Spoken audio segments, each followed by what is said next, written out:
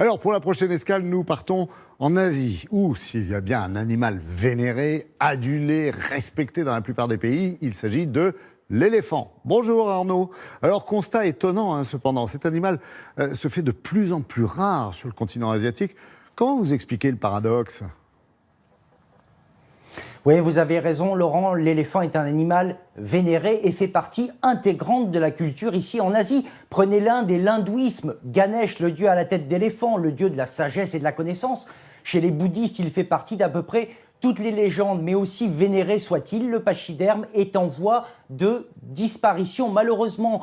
Et ne vous y trompez pas, c'est à cause de nous, à cause de l'homme, comme l'écrit très bien dans son livre Sapiens Hariri, c'est à cause de l'Homo sapiens que l'éléphant disparaît. En Asie, il y a entre 40 000 et 50 000 éléphants. Aujourd'hui, au mieux, et au Laos où nous sommes allés, le pays aux millions d'éléphants, c'est comme ça qu'on l'appelle, le Laos, ce petit pays coincé entre le Vietnam, le Cambodge, la Thaïlande et au nord la Birmanie et la Chine, eh bien au Laos, il ne reste plus que 800 éléphants, la moitié seulement en liberté.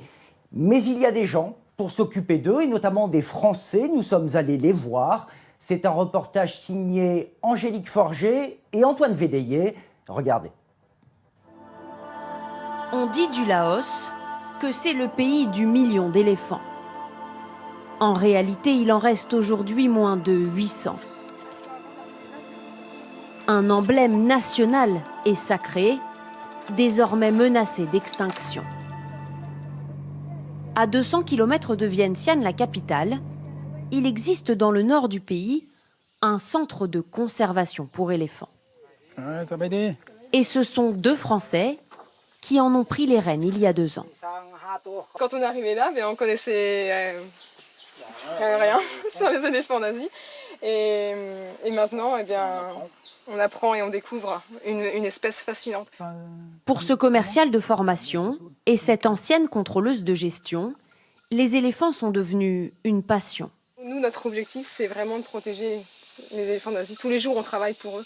C'est-à-dire que l'objectif principal, évidemment, c'est les secourir, mais c'est aussi les faire se reproduire. Car au Laos, il y a urgence. Aujourd'hui, pour 10 décès d'éléphants, on ne compte que 2 naissances. Car les pachydermes n'ont plus le temps de se reproduire. Aujourd'hui, ils passent des journées entières à amuser les touristes. Mais c'est aussi l'industrie forestière qui, longtemps, les a surexploités. C'est le cas de cette éléphante baptisée Médoc. Alors c'est celle qui est derrière l'arbre qui se sépare en 2. Aujourd'hui, à 50 ans, elle n'a jamais eu d'enfant. La vie de Médoc, en fait, voilà, avant, c'était un cornac avec elle dans la forêt, avec d'autres éléphants. Pas trop d'interaction entre les éléphants. Ils travaillaient toute la journée. Le soir, ils dormaient au campement.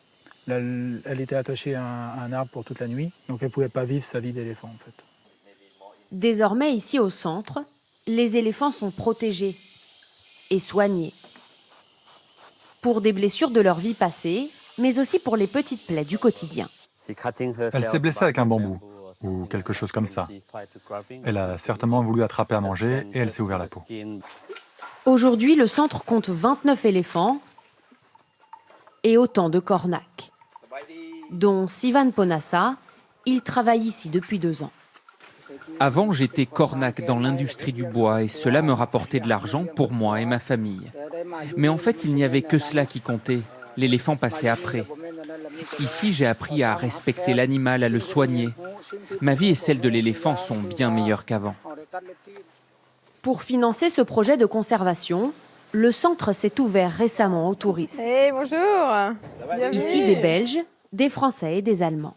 C'est le public en fait maintenant qui finance tous nos projets. Sans eux, on ne pourrait rien faire. Donc 90% de notre chiffre d'affaires, c'est eux. Mais ici, pas question que les visiteurs ne s'approchent trop près de l'animal, ne montent sur son dos ou ne se baignent à ses côtés.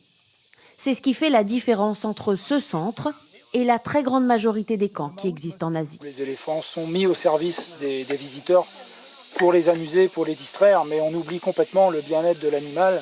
On pense plus au bien-être du visiteur qu'au bien-être de l'éléphant. Ici, la priorité, c'est le bien-être de l'éléphant et ensuite le bien-être du visiteur. Et les touristes n'y voient rien à redire.